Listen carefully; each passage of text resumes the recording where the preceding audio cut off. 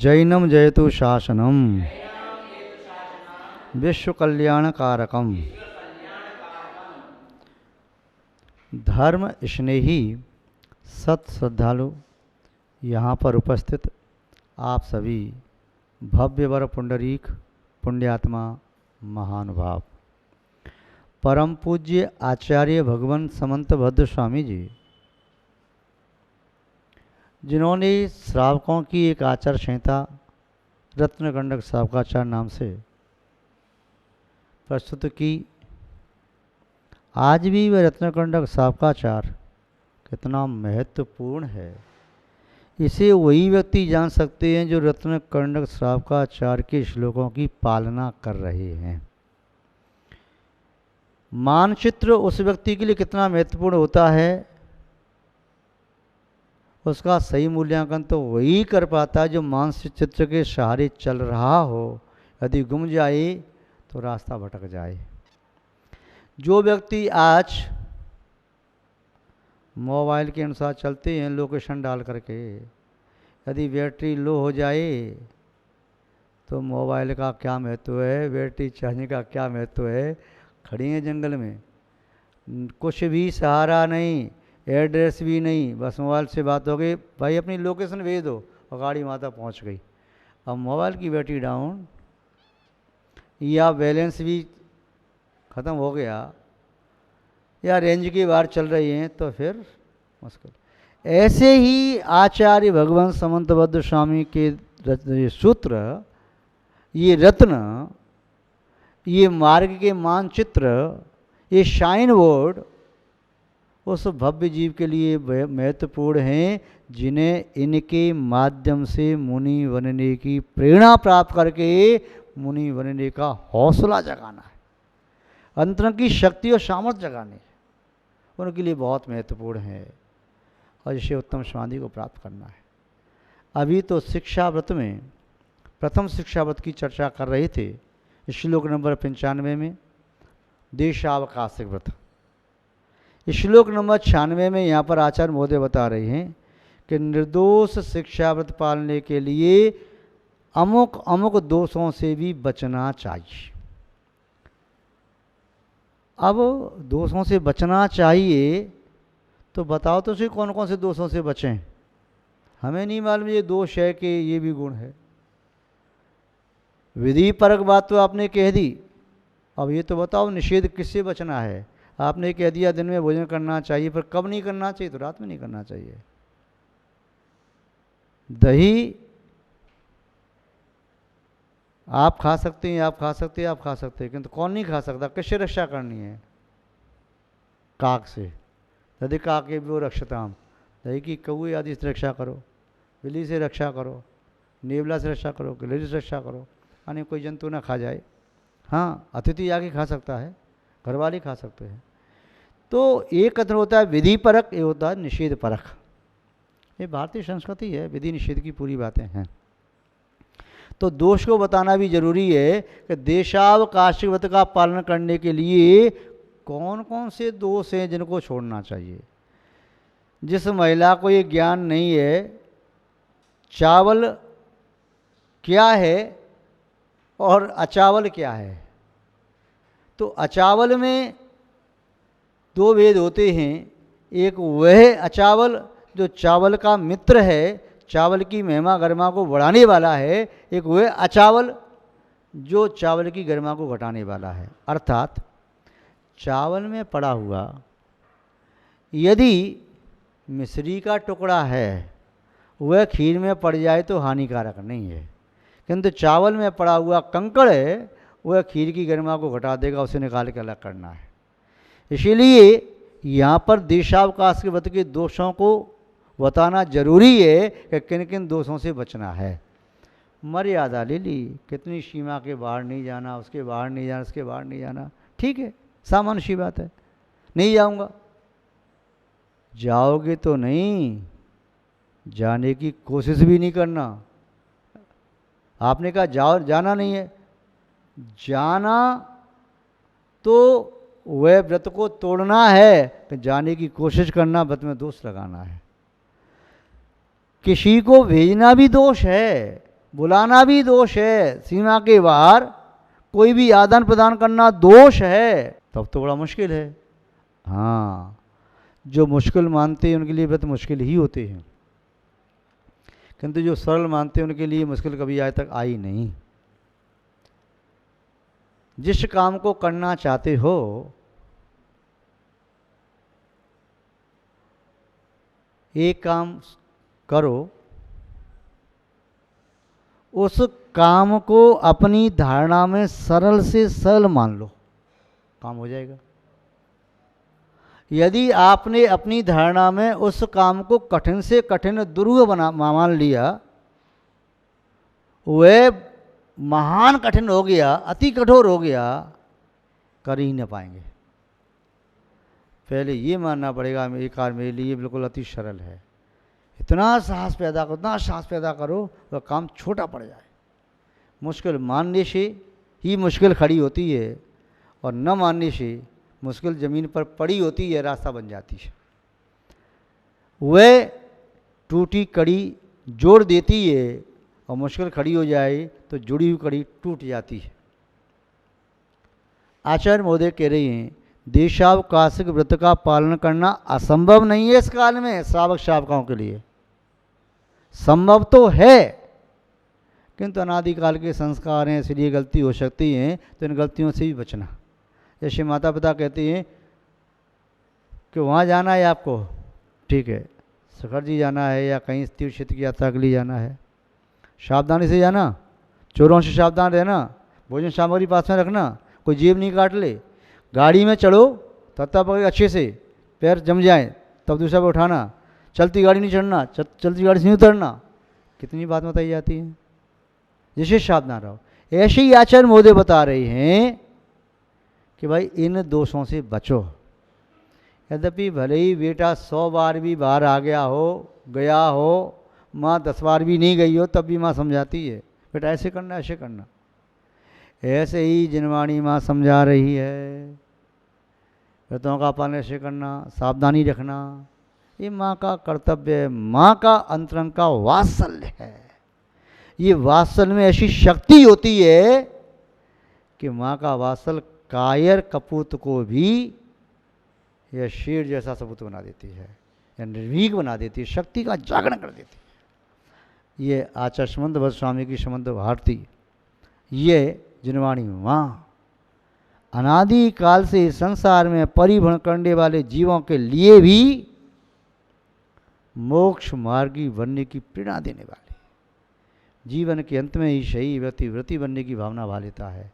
मैं व्रतों का पालन करूँगा, सामय करूँगा, स्वाध्याय करूँगा, इस प्रकार से इन व्रतों की मर्यादा लूँगा, 5 अणुव्रत हैं, 3 गुण की मर्यादा पालूंगा, मैं इन दोषों से मैं बचूंगा, बच जाऊँगा। और जब कोई संकेत कर दी ना, जैसे यात्रा में जाते समय संकेत कर दिया जेब न कट जाए, जेब उतरी है, तो हाथ जेब पर रहता है और जेब को सावधानी कर लिया, नहीं तो हमारी जेब कहीं लटक रही है, काट के लेता चलता बनेगा, सामान कहीं कहीं पड़ा है। नहीं तो बैठे चर्चा करते, गाड़ी आई, सीटी लगाई गाड़ी ने, चलना प्रारंभ हुआ तो दौड़ के पकड़ रहे हैं, नहीं अब पहले से गाड़ी रुक नहीं पाई तो उतरना प्रारंभ हुआ। पहले से कोई संकेत कर दे, समझा दे, तो निस्संदेह मान के चलिए 98 और 99% परेशानियाँ तो दूर हो जाती हैं, और 100% भी दूर हो सकती। तो आचार्य महोदय ने यहाँ पर बताया कि परेशानियों से आपको बचना है, इन दोषों से आपको बचना है, ये प्रतिकूलता है। यदि शॉर्टकट रास्ते से जाओगे 6 घंटे में पहुँचोगे, लंबे रास्ते से जाओगे 3 घंटे में पहुँचोगे। यदि शॉर्टकट रास्ते में आपने दौड़ने की कोशिश की तो 12 घंटे लग सकते हैं। यदि शॉर्टकट रास्ते में आपने छलांग लगाई तो हो सकता है आप 24 घंटे में न पहुंच पाएँ, हमें निकालने के लिए जाना पड़ेगा। मतलब शॉर्टकट रास्ता दलदल का रास्ता है, उसमें पैर आपके फंस जाएंगे। धीमे धीमे जाओगे तो हो सकता है सावधानी से निकल जाओ, फिर पैर फिसलेंगे। चाल बढ़ाई पैर गप जाएंगे, छलांग लगाई तो आप उसमें सीधे डूब जाओगे। लंबे रास्ते से जाओगे तो धीमे धीमे से ही पहुँच जाओगे। ऐसे ही जो व्यक्ति बिना व्रती बने अपनी आत्मा का कल्याण करना चाहते हैं, वे व्यक्ति वैसे ही समझो बिना सांस लिए जीना चाहते हैं। बिना पानी पिए प्यास बुझाना चाहते हैं, बिना भोजन किए अपना पेट भरना चाहते हैं, और बिना औषधि के निरोगी बनना चाहते हैं, जो कि संभव नहीं है। व्रती बने बिना कल्याण कैसा? पापों से विरक्ति का नाम ही कल्याण है, और पापों से विरक्ति का नाम ही व्रत है। व्रत और कल्याण दोनों एकार्थवाची हैं। पापों में जब तक अनुरक्ति है तब तक अकल्याण है। पाप ही अकल्याण है और पापों से विरक्ति ही कल्याण है। पाप से विरक्ति का मार्ग ही परमार्थ का मार्ग है, जो परम अर्थ को, परम प्रयोजन को सिद्ध कराने वाला है। तो यहाँ पर आचार्य महोदय कह रहे हैं, डरो मत, वनोव्रति, क्यों चिंता करते हो? व्रती बनने का आशय क्या हुआ? सावधानी से चलना, और सावधानी से चलने पर कहीं फिसल गए तो संभल जाओगे, और सावधानी से चलोगे तो सही रास्ते से भी फिसल जाओगे। महानुभाव, वे 5 अतिचार कौन कौन से हैं जो आचार्य महोदय ने बताए? प्रेषण शब्दानैनम, रूपाव्यक्त पुद्गल क्षेपौ, देशावकाश कस्य विबुद्धिसंतीत्याह पंचो। प्रेषण शब्दानैनम रूपाभिव्यक्त पुद्गल क्षेपौ। प्रेषण, प्रेषण माने भेजना, और भेजने वालों को क्या कहते हैं आप? प्रेषक। प्रेषक कहते हैं भेजने वाला। और प्रेषित, भेजने वाली वस्तु क्या कहते हैं? प्रेषित, भेजी हुई वस्तु। तो एक हुआ प्रेषण, प्रेषित और प्रेषक। तो भेजने वाला प्रेषक, भेजने वाली वस्तु प्रेषित जो भेजी गई है, और वह क्रिया प्रेषण, भेजना। प्रेषण शब्दानैनम, क्या भेजना, कहाँ भेजना? आपने मर्यादा ले ली थी, उस मर्यादा के बाहर किसी व्यक्ति को भेजना, किसी वस्तु को भेजना, किसी पशु पक्षी को भेजना, किसी पोस्टमैन को भेजना, किसी को भी भेजना, मर्यादा के बाहर भेज रहे। कबूतरों को भेजना, गले में पत्र बांध दिया, भेज दिया, उड़ा दिया। पहले ऐसा चलता था जब ये साधन नहीं थे। पहले पक्षी भी बहुत होशियार होते थे। पक्षी कहाँ जाना है, कहाँ आना है, किसको पत्र देना है, पक्षी भी इतने होशियार होते थे। शायद आज के तो मनुष्य इतने होशियार नहीं है। मनुष्य धोखा खा जाए, पक्षी धोखा नहीं खाते। पशु भी पहले होशियार होते थे, चाहे अश्व हो, चाहे गज हो, चाहे श्वान हो, चाहे यहाँ तक कि भालू आदि, बंदर आदि भी इतने शिक्षित होते थे कि मनुष्यों का काम भी कर देते थे, कहने पर नहीं, बिना कहने पर। ऐसे कई प्रसंग इतिहास में आते हैं कि पशुओं ने मनुष्यों की सहायता, अपने स्वामी की सहायता वफादार सेवकों से ज़्यादा की। वफादार सेवक वाली गद्दार बन गए, पशु पक्षी नहीं बने। तो यहाँ पर कई बार व्यक्ति भेजता है कि मैं नहीं जा रहा, तू चला जा। मित्र को भेज दिया, अपने नौकर को भेज दिया, पशु पक्षी को भेज दिया। तो सीमा ले ली है, सीमा के बाहर नहीं भेज सकते। भेजते हो तो अतिचार हो गया। मैं थोड़ी गया हूँ, तुम तो नहीं गए, पर भेजने वाले तो तुम हो, प्रेषक तुम हो। अरे वो तो वैसे ही जा रहा था, मैं तो कह दिया चले जाओ, 4 दिन बाद जाता। तुमने भेजा है ना, अपने आप जाता तो तुम्हें दोष नहीं लगता, तुमने भेजा है, ऐसे दोष तुम्हें लगेगा। प्रेषण शब्द भेजना। कैसे? भूतकाल की अपेक्षा देखें तो पुनः शब्द कैसे? बुलाना, इधर आ जाओ, उधर चले जाओ, ताली बजाना, खंखारना, हूँ करना। तो ये शब्दों को प्रेषित करना होता है। आज की भाषा में दूरभाष संचार यंत्र है ना, उसे शब्दों को भेजना, इसको आपकी भाषा में क्या कहते हैं? टेलीफोन या मोबाइल। उसका प्रयोग करना, मर्यादा ले ली तो उसके बाहर भी प्रयोग नहीं करना चाहिए। देशावकाश ले लिया, जैसे कि मैं इस स्थान से बाहर नहीं जाऊंगा, जम्मू शामी तो इसलिए बॉल खिड़ा के बाहर नहीं जाऊंगा, तो फिर वह व्यक्ति बॉल खिड़ा के बाहर के व्यक्ति के लिए फ़ोन नहीं लगा सकता। वह सोचता है मैं भरतपुर जिले के बाहर नहीं जाऊंगा, तो वह किसी को बुला नहीं सकता कि वहाँ से सामग्री ले आना। या उसने लगाया कि मैं राजस्थान के बाहर नहीं, तो राजस्थान के बाहर की चीज़ नहीं ले सकता। अब मर्यादा कितनी ले, तो उसे मर्यादा में काम उतना करना चाहिए। अन्य व्यक्ति कर सकता है, जो देशावकाश पत्र ले लिया है अपनी सीमा के बाहर नहीं जा सकता। अन्यवती सहयोगी बन सकते हैं प्रति। कोई लाए चुपचाप दे दे तो ले सकता है मंगाना में। पेषण शब्द नयनम, या कोई वस्तु मंगाना आनयन, वहाँ से आ रहे हो तो मेरी वो वस्तु ले आना, अमुक वस्तु लेके आना, नहीं, वो मंगा भी नहीं सकते। पेषण शब्द नयनम।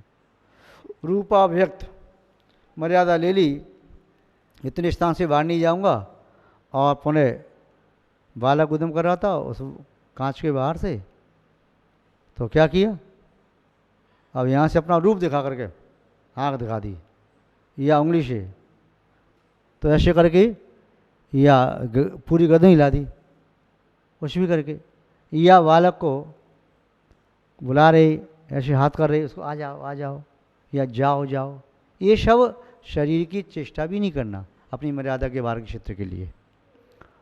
पेषण शब्दानयनम रूपाव्यक्त, रूप का व्यक्ति पुद्गल क्षेपव, अब ऐसा भी नहीं कि सीमा के बाहर पुद्गल यानी पत्र डाल दिया, शब्दों का क्षेपण कर दिया, या कमरे के बाहर कोई व्यक्ति बैठा सुन ही नहीं रहा, देख नहीं रहा मेरी ओर, कंकड़ फेंक दिया, चौक फेंक दिया, पेन फेंक दिया, नहीं तो कुछ नहीं मिला तो लेकर के बजाने लगे पेन को, उस पर चौकी पे बजा रहे हैं, इधर देखे तो सही, तो उसको बुला लिया। तो ये सब अतिचार हैं। आचार्य महोदय कह रहे हैं प्रेषण शब्दानयनम रूपावेद पुद्गल क्षेपौ, पुद्गल का क्षेप करना, देशावकाश कस्य, देशावकाश व्रत की व्यतीतयो विविदिशंते त्या पंच, अत्या मन अतिचार, विविधन से दोष लगाने वाले, पंच 5, ये देशावकाश के व्रत में दोष लगाने वाले 5 अतिचार हैं। कुशल सुधी श्रावक श्राविका को अपने व्रतों का निर्दोष पालन करना चाहिए, दोषों से बचना चाहिए। आज बस इतना ही, शेष वार्ता बाद में। जय बोले श्री शांतनाथ भगवान की, परम पूज्य आचार्य गुरुदेव श्री विद्यानंद जी महाराज की, अहिंसामय विश्व धर्म की, जैनम जयतु शासनम विश्व कल्याण कारकम।